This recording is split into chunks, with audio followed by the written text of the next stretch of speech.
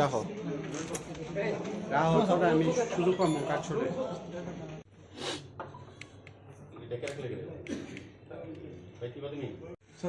দাঁড়াও দাঁড়াও দাঁড়াও একটু দাঁড়াও আমরা কাজপত্র লই লই একটু জুড়ে করেন। হ্যাঁ ধরেন ধরেন ল ল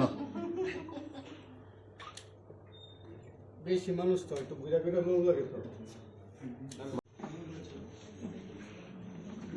তো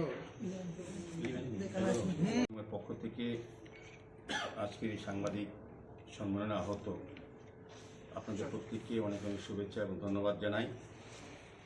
একটি বিশেষ বিষয় নিয়ে আমরা আজকে আপনাদের আমার ডাকা হয়েছে। উদ্দেশ্য একটা হচ্ছে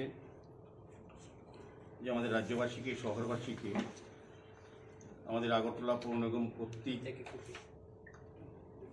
স্বচ্ছতার বিষয়ে আমরা দায়িত্ব নেওয়ার পর যে কাজগুলি আগরতলা শহর পৌরবাসীর জন্য করে এসেছি তার প্রতি সম্মাননা বা মূল্যায়ন করা হয়েছে ভারত সরকারের নগরায়ণ দপ্তর থেকে। গত 11ই জানুয়ারি দিল্লিতে ভারত সরকারের নগর উন্নয়ন মন্ত্রণালয় দ্বারা আগরতলা শহরকে স্বচ্ছতম শহর হিসেবে পুরস্কৃত করা হয়। আমাদের ডেপুটি মেয়র মাননীয় মনিকা দাস দত্ত মহোদয়া, আমাদের এডিশনাল কমিশনার সাজ্জাদি আইএএস, ওনারা ভারত সরকারের দপ্তরের পক্ষ থেকে আগরতলা পৌর নিগমের পক্ষে এই পুরস্কার গ্রহণ করেন। এটা আমাদের পক্ষে খুব আনন্দের এবং গর্বের বিষয়। এবং এর সঙ্গে যারা যুক্ত আছেন আমাদের সমস্ত এমআইসি মেম্বার, জোনাল চেয়ারম্যানগণ, কর্পোরেটরগণ, আমাদের আধিকারিকগণ, আমাদের সাফাই কর্মীগণ, সার্বিকভাবে আগরতলা পৌরবাসী আমাদেরকে সহযোগিতা করার ফলে আমরা এই পুরস্কার অর্জন করতে পেরেছি। আমি শহরবাসীকে ধন্যবাদ জানাই আমাদেরকে সহযোগিতা করার জন্য।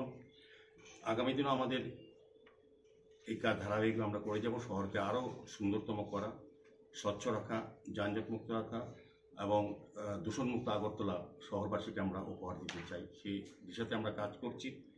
তা আপনারা জেনে রাখা ভালো যে এই পুরস্কার বিবেচনার ক্ষেত্রে সারা ভারতবর্ষের 4477টি এএমসি পৌর নিগম পৌরসভাকে সামনে রেখে 54টি পৌরসভাকে বাছাই করা হয়েছে মূল পর্বে।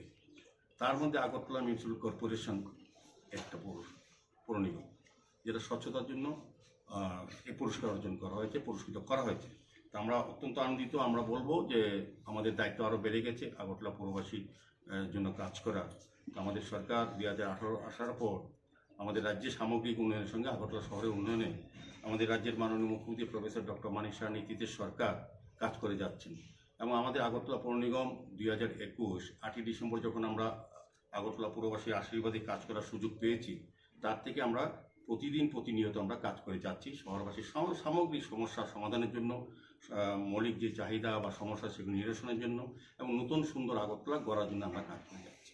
তা আপনাদের জানা রাখা উচিত যে বা বলা উচিত আমাদের যে আমরা কিন্তু প্রতিটি জোনালে আলাদাভাবে সমস্ত একটা ম্যানেজমেন্টের মাধ্যমে কিন্তু আমরা এই স্বচ্ছ ভারত মিশন বা আমাদের যে অন্যান্য কাজগুলি আমরা করে যাচ্ছি। এখানে আমরা ডিটেলস একটা আপনাদের কাছে আমরা দিচ্ছি, তা আপনারা জেনে নেবেন যে আমরা কিন্তু এর আগেও আমরা প্রধানমন্ত্রী আবাস যোজনায় আমরা 35টি কর্পোরেশনের মধ্যে ভারতবর্ষের আমরা বেস্ট পারফর্মিং মিউনিসিপ্যাল কর্পোরেশন হিসেবে আমরা স্বীকৃতি পেয়েছিলাম। আমি নিজে গিয়ে নগরায়ণ দপ্তর মন্ত্রী আমাদের সারা ভারতবর্ষে যিনি আছেন ওনার থেকে আমরা পুরস্কার গ্রহণ করেছি। কাজে আমরা কর্পোরেশন দায়িত্ব নেওয়ার পর কিন্তু আমরা একটা পর কিন্তু আমরা পুরস্কার পাচ্ছি আমাদের কাজের স্বীকৃতি হিসাবে ভারত সরকার দিচ্ছে। যেমন পৌর নাগরিকরা আমার সহযোগিতা হচ্ছে, ভারত সরকারও কিন্তু আমাদেরকে এটা আমাদের সম্মান প্রদর্শন করছে। তো আমাদের গুরুত্ব যেমন বেড়েছে, আমাদের দায়িত্ব বেড়েছে। সার্বিকভাবে আমরা বিভিন্ন 51টি ওয়ার্ডে বিভিন্ন প্রোগ্রাম আমরা সবসময় স্বচ্ছতা নিয়ে করি।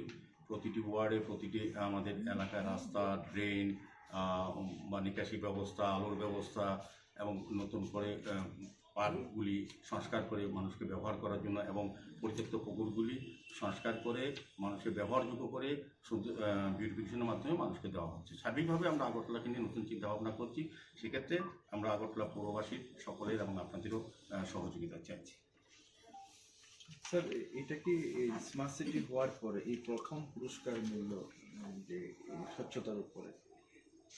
স্মার্ট সিটি 2016 আমাদের রাজ্যে আমাদের মাননীয় প্রধানমন্ত্রী বিশেষ করে নরেন্দ্র মোদীজি দেশের 100টা সিটির মধ্যে আগরতলা শহরকে অন্তর্ভুক্ত করা হয়েছে।